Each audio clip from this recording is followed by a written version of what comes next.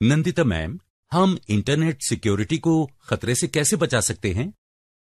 राजेश, उसके लिए तुम्हें साइबर सिक्योरिटी और इंटरनेट सिक्योरिटी की बुनियादी बातों के बारे में जानना होगा। क्या आप इनके बारे में जानकारी दे सकती हैं? बिल्कुल राजेश, ठीक है, मैं तुम्हें साइबर सिक्योरिटी के बारे में बताती हूँ। अब तक हम साइबर स्पेस और सूचना के डिजिटलाइजेशन के बारे में जान चुके हैं।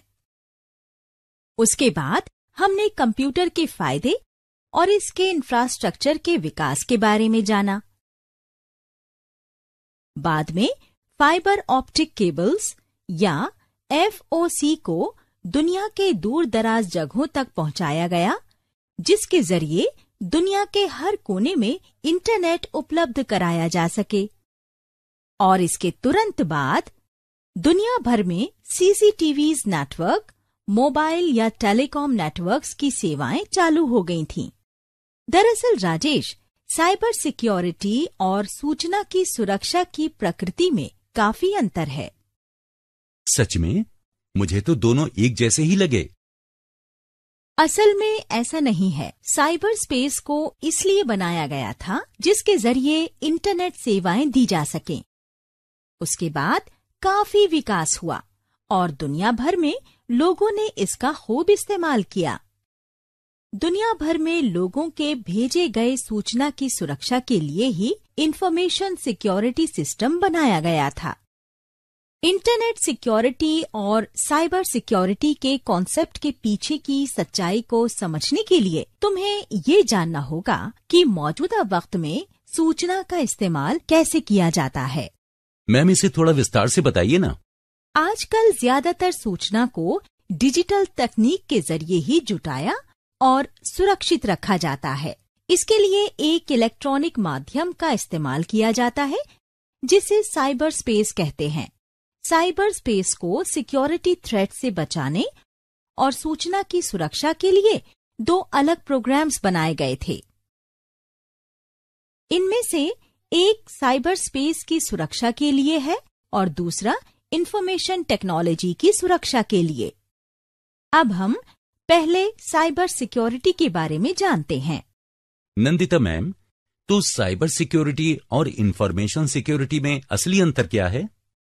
मैं तुम्हें बताती हूँ राजेश। डिजिटल ढंग से बनाए गए इस साइबर स्पेस की सुरक्षा के लिए जरूरी है कि विशेषज्ञ इसे घुसपैठियों के किसी तरह के हमले से बचाएं।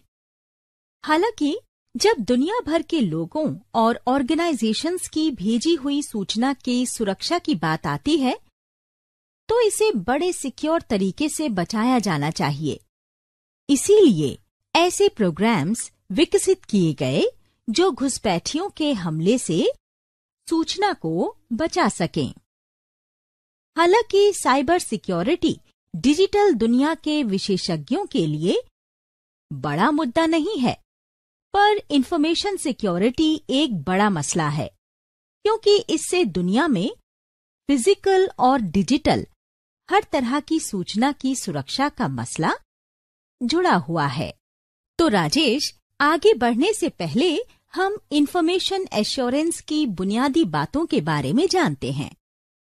नंदिता मैम, तो क्या इसका मतलब यह है कि जो भी जानकारी हम लोगों के साथ साझा करते हैं उसे गलत हाथों में जाने से रोक सकते हैं?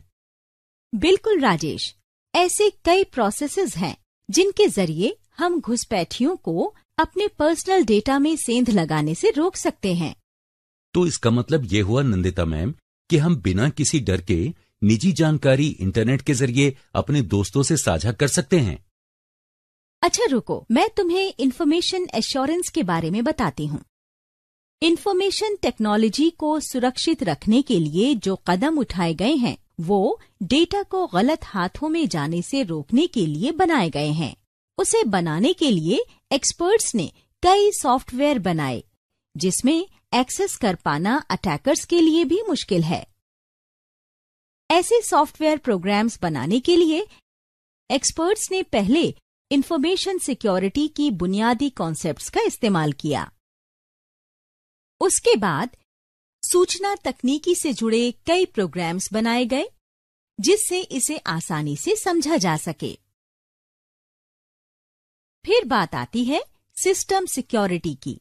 इसके लिए सिस्टम डिजाइनर्स ने ऑथेंटिकेशन, ऑथराइजेशन और नॉन रेप्यूडिएशन कंपोनेंट्स पर काम किया।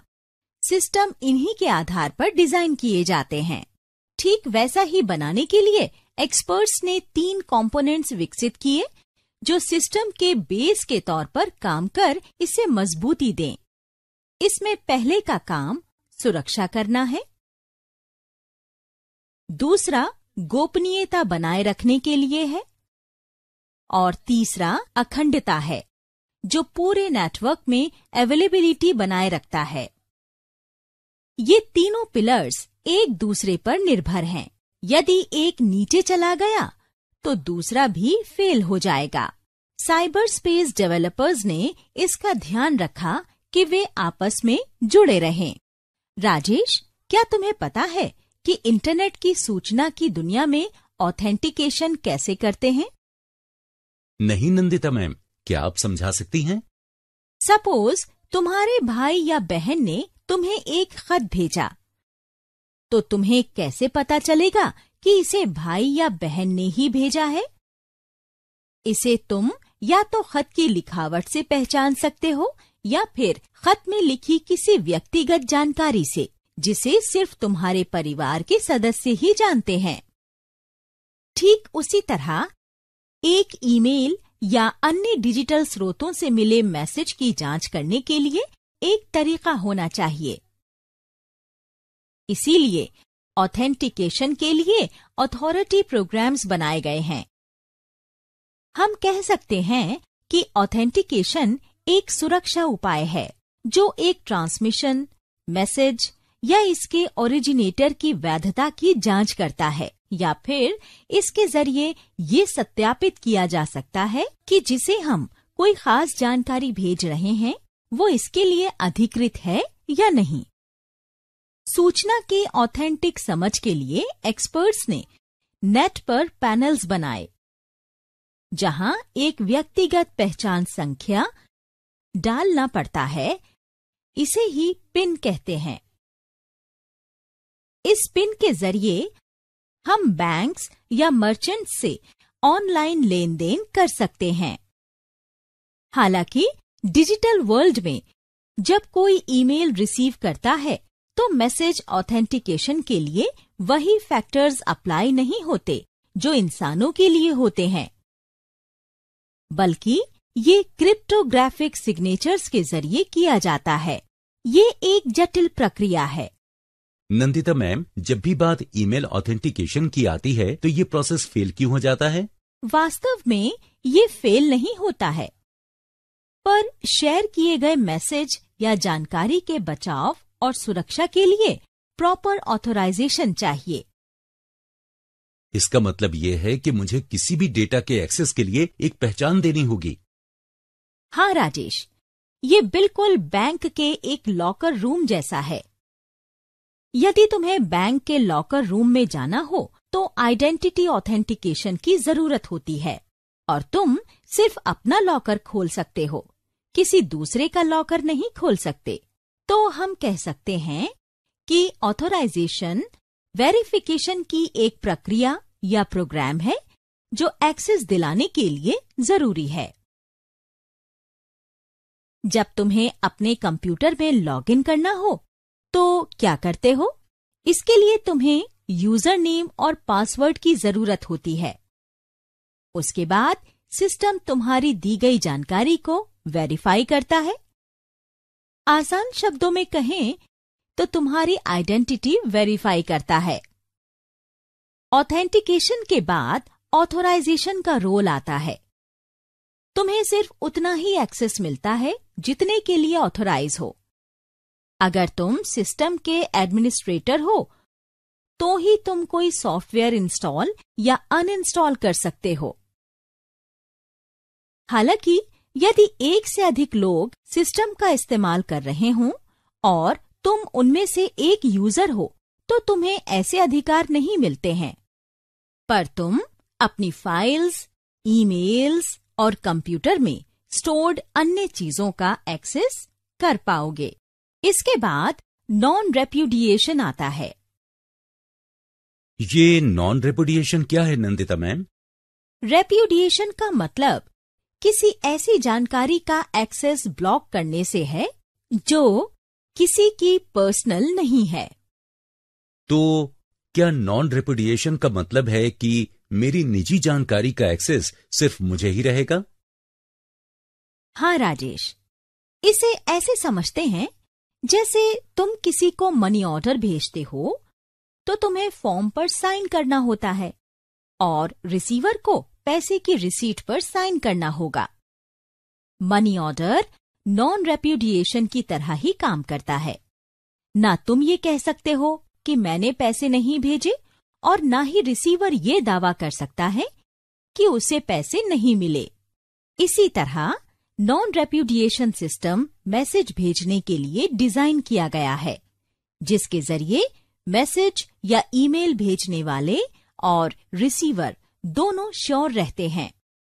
कह सकते हैं कि नॉन रेप्यूडिएशन डेटा भेजने वाले को ये यकीन दिलाता है कि डेटा भेजे हुए सही इंसान के पास पहुंच गया है और रेसिपिएंट ने सेंडर को पहचान लिया है, ताकि बाद में उनमें से कोई एक डेटा एक्सचेंज या प्रोसेस होने की बात से इनकार न कर सके।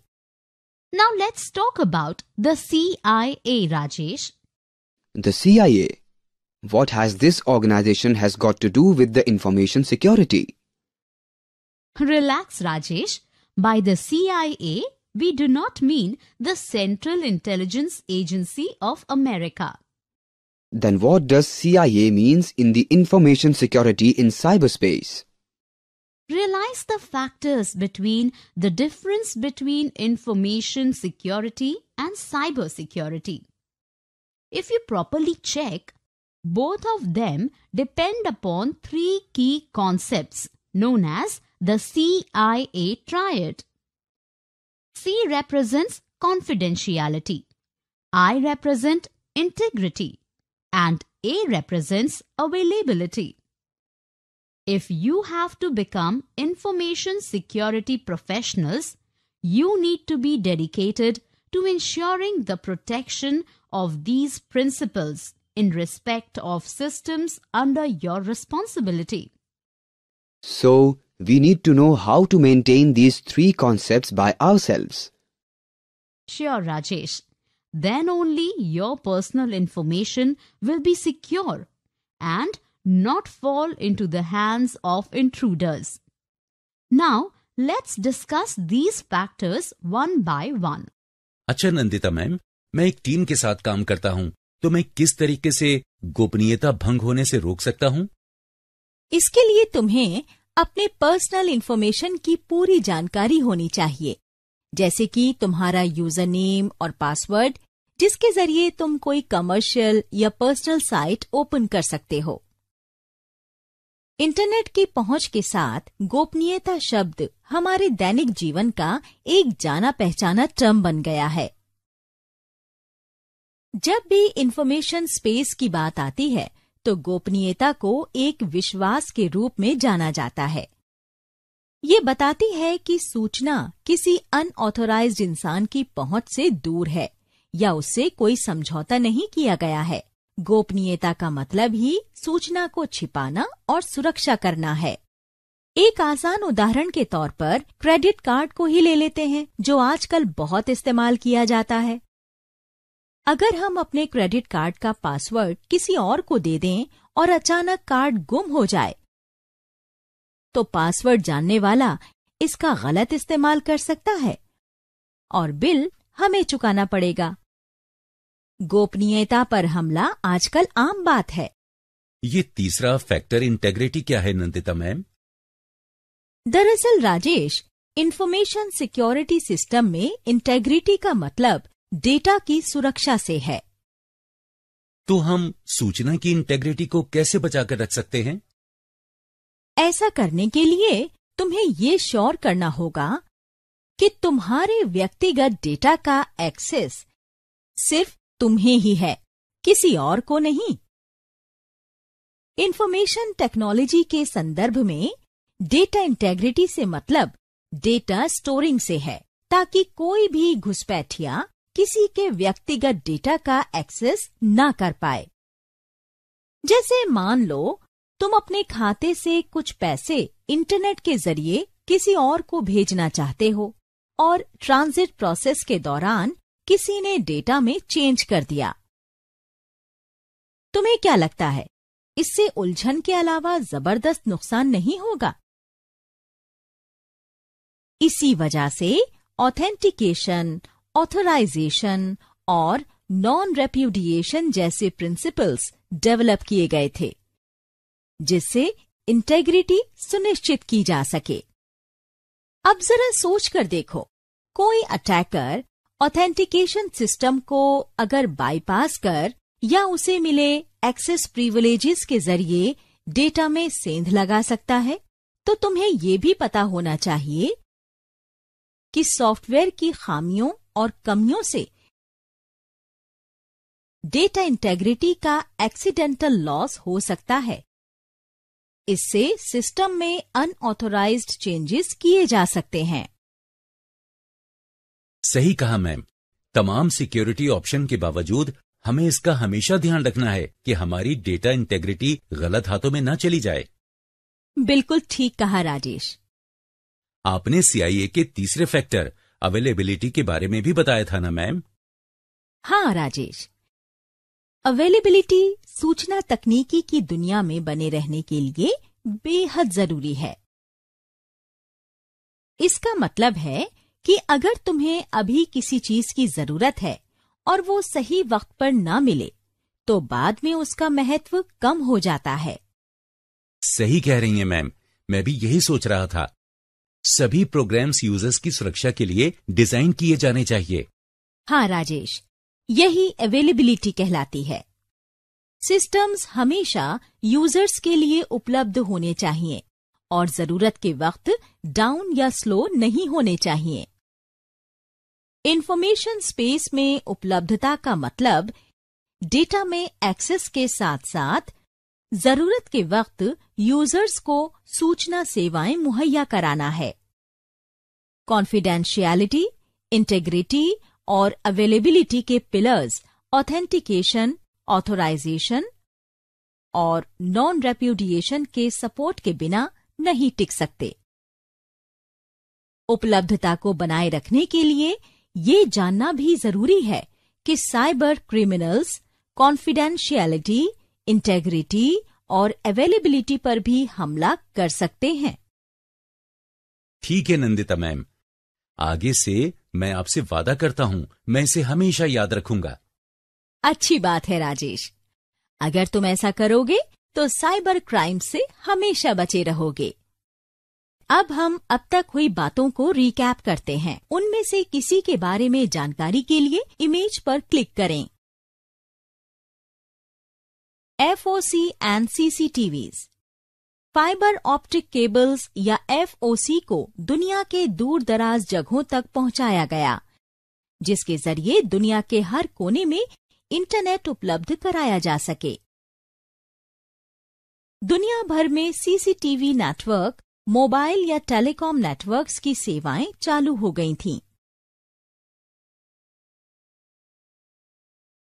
Cyber space and information security, cyber space को इसीलिए बनाया गया था जिसके जरिए इंटरनेट सेवाएं दी जा सकें।